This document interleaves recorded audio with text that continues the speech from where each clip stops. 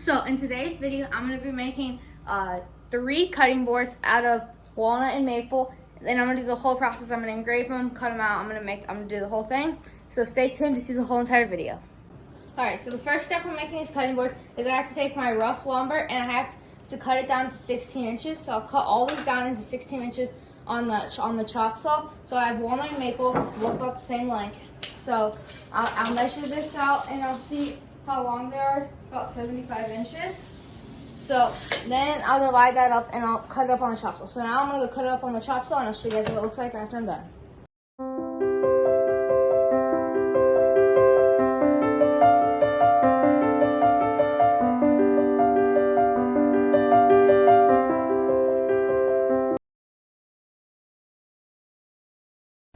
Alright, so I just finished cutting all these up into 16-inch pieces. So I have four of each. So this is about 5 inches wide. My cutting boards are 10 inches. So I'm gonna cut these up into strips later.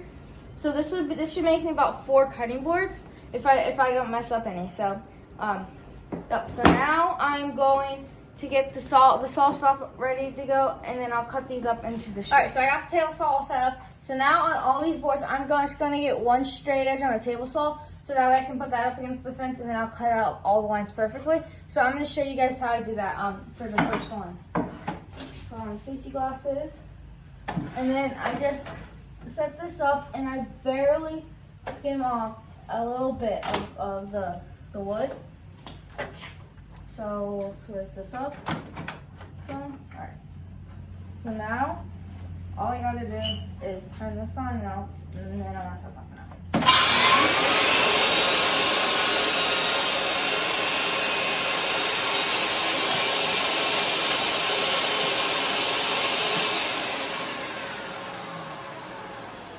Alright, so there, now it's smooth instead of rough like that. And that's what I'm going to do for the rest of these 7 boards. All right, so now I have to cut all these boards up into their strips. So how I'm going to cut this up is I'm going to do 2 2-inch strips and then 1 1-inch strip. Because I'm going to use 4 2-inch strips and 2 1-inch strips to glue these boards up together. It's 50-50 walnut and maple. So yeah, so now I'm going to I have this set to 1 inch. And I'm just gonna cut I'm gonna cut 1 inch off all these. That way I don't do it last, because if I did it last, then my fingers would be super close to the blade. Versus now I can just push it straight through with this like that. So, all right, I'm gonna do that now. All right, so I got all these strips cut out, and now it's time to glue them all up. So, I'm gonna glue up 2 boards in 1 set now. So I'm gonna get these all in here, and I'll show you guys, and I'll do 10 loops of it.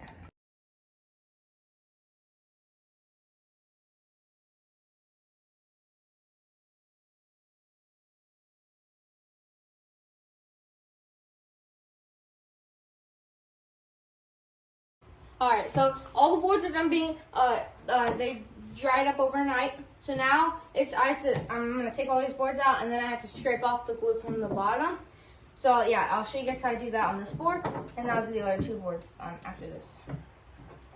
Alright, so yeah, I prefer to use these 3/4-inch half-inch pipe clamps, because I think they clamp onto the board better. I have other clamps that I use too, because I don't have that many of these. So these are my preferred ones. So if you guys are going to buy them, I would get pipe clamps. All right. So now what I'm going to do is I'm just going to take this on this bottom side and just go like this. It should come off pretty easily if you have decently sharp chisels. And also, always make sure that your hand is behind the blade of where the chisel is. That way you don't accidentally cut yourself. But there you go. And I'm gonna do that for the other 2 boards. All right. So one thing, whenever you're using your planer to make it easier, is get one of these blocks. I think they're about $30. But you can plug in your tool and then your vacuum. So then whenever you turn on your tool, in this case the planer, the vacuum will start, and then whenever you shut the planer off, the vacuum will run for 10 seconds to clear out the vacuum hose. But that'll make it way easier instead of having to turn on and off the vacuum while you're doing that. But you don't have to get it. All right, So the next step now is I have to put one of these boards on the planer sled so I can get the sides flat, one side flat, to put the other side through the planer. So I just put this on here. Sometimes you have to, since I didn't scrape off the glue last time, I might have to take off the glue. But no, not today, I don't think. Let's check, make sure it's pretty, okay, yeah, we don't need to. But now, so now I just take the hot glue gun and I'll do right here. So I just take it and just put glue here, not too much. And I'll just do that all around. That way it'll hold it into place. And then after this dries, I'll take this cutting board and I'll chuck it through the planer and it'll get smooth. I'll show you that next. All right, so now I'm about to plane this board and I'll do this multiple times.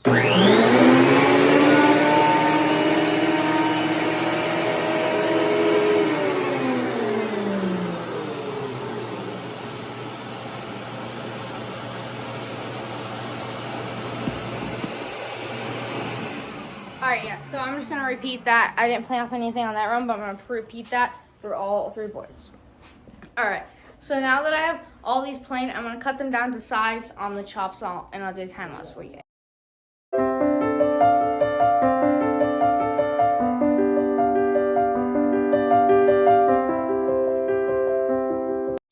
All right, guys, so now it's time to router the edges on all the cutting boards. So here, I'll show you guys how to do it on this one side.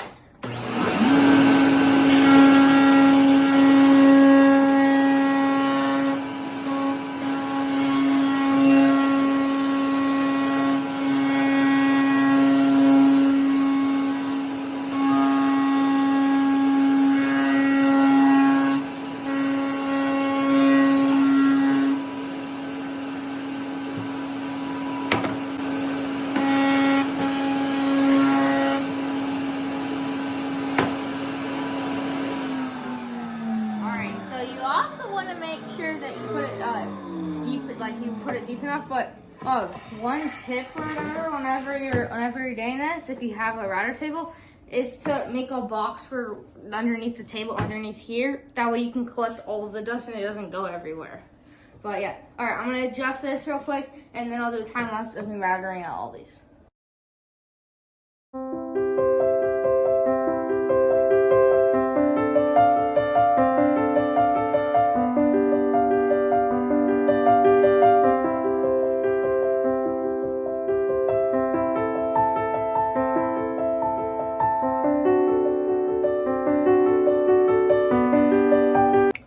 All right, so I'm gonna sand these and then I'll catch back up with you guys whenever I'm about to put finish on.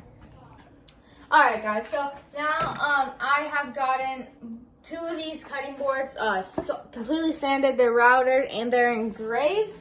And the other one I haven't got engraved yet, so that's why I'm not finishing it. But yeah, all right. So now I'm gonna show you guys the process of what I'm going to do to finish these cutting boards up. All right, so the first step I'll do is, obviously set this over to the side for now, is basically this is the cutting board oil that I use. I just use some Hardwood cutting board oil, and then I just use a paper towel to wipe it on. So I use these bench cookies, and I do the front, I do the back first. That way whenever I use these things, that way the finish won't like stick to the bench cookies. And I use these because then it will be doing this and it will mark up the back and not the front of the cutting board. So now I'm going to get this out, and I just use one little paper towel and do this. Just go on. Oh, also make sure your bench cookies are underneath like here, that way they don't get oil on them. And then yeah, I just put about this much oil on, if you can see. Take your paper towel. Sometimes you have to add more, but yeah. All right, so just rub it in, and then take the edges. I did like the edges over on this side, and then yeah, so I'll just get all the edges around. Get finished on them all. All right, so now that I got this side finished up, I'll take it to this side, over here, put them on here, and then get you guys even more closer. Up, be on this. Okay, right there. Now you can see. I'll take the oil, do more oil on top. Usually don't need as much since your oil's already been soaked into your towel by now. And then, yeah, just get this all finished up. And yeah, by the way, I use an X-Tool D1 Pro, I'm pretty sure is what it's called, to engrave my cutting boards, because it leaves a nice gear settings, right? But I use power 60, speeds 80 to get this type of finish on a maple, like type of engraving on a maple. All right, so now I'm just gonna take this and set it back here. And then I'm just gonna repeat that step for the next cutting board, and I'll do that for however many cutting boards I have.